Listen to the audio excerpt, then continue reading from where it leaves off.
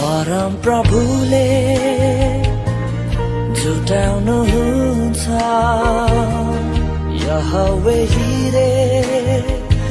जब खाँचो भयो बलिदानको हाम्रो पापको लागि तब स्वर्गबाट उहाँले जुटाउनु भो पाठो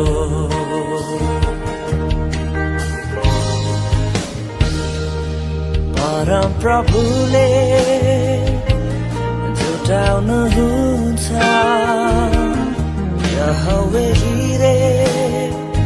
जब मैले भने मेरो घटी कमी उहाँलाई